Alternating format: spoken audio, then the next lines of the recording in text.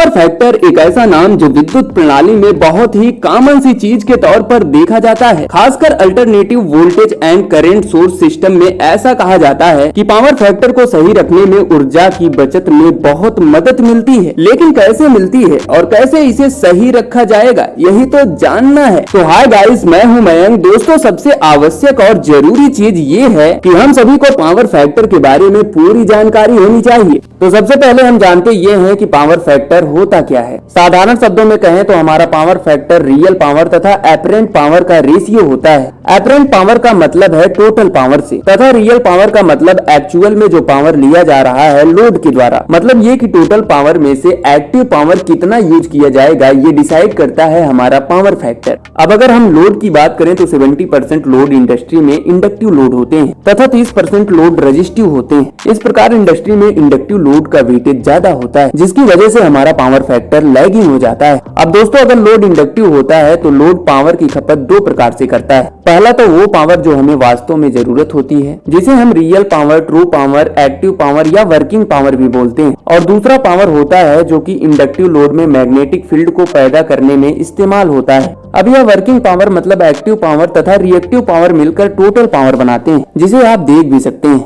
अब मेरे दोस्तों, आपने इतना तो पावर फैक्टर को समझ लिया। अब हम आपको बताएं तो पावर फैक्टर तीन प्रकार के होते हैं: leading power factor, lagging power factor तथा यूनिटी पावर फैक्टर। अब इन्हें समझने के लिए हमें लोड को समझना होगा। तो दोस्तों, लोड तीन प्रकार के होते हैं, जिसे मैंने अपने पिछले वीडियो में अच्छे तरीके से बताया है। अगर आपने नहीं देखा है तो प्लीज देखिएगा जरूर। दोस्तों, रजिस्टिव लोड का पावर फैक्टर यूनिटी होता है, इंडक्टिव लोड का लैगिंग तथा कैपेसिटिव लोड का लीडिंग होता है। वैसे इंडस्ट्री में कोई कैपेसिटिव लोड तो कनेक्ट नहीं होता है, लेकिन कैपेसिटर बैंक का यूज हम करते हैं एज ए कैपेसिटिव लोड की तरह।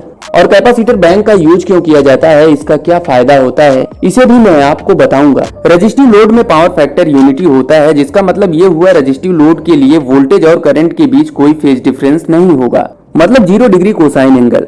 जबकि इंडक्टिव लोड में वोल्टेज और करंट के बीच फेज डिफरेंस होता है। ये फेज एंगल डिपेंड करता है इंडक्टिव लोड के इंडक्टेंस पे।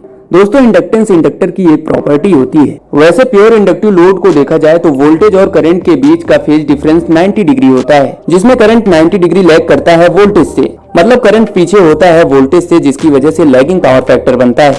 अब बात कैपेसिटिव लोड की करें तो यह इंडक्टिव लोड का जस्ट उल्टा होता है। मतलब इसमें वोल्टेज लैग करता है करंट से। करंट के लीड करने के कारण इसका पावर फैक्टर लीडिंग नेचर का होता है। तो दोस्तों, आज के इस वीडियो में हमने ये देखा कि पावर फैक्टर क्या होता है, पावर फैक्टर कितने प्रकार का होता है, पावर फैक्टर क्यों कई प्रकार का होता है। आने वाले वीडियो में हम ये समझेंगे कि पावर फैक्टर के कम ज्यादा होने पर इलेक्ट्रिकल एनर्जी के कंजप्शन पर क्या प्रभाव पड़ता है तथा पावर फैक्टर को इम्प्रूव कैसे किया जाता है। दोस्तों, अगर आपको हमारा वीडियो पसंद आता है तो प्लीज वीडियो को लाइक एंड चैनल को सब्सक्राइब जरूर करें। तो दोस्तों, मिलते हैं नेक्स्ट वीडियो में। पूरा वीडियो देखने के लिए आपका बहुत बहुत धन्यवाद।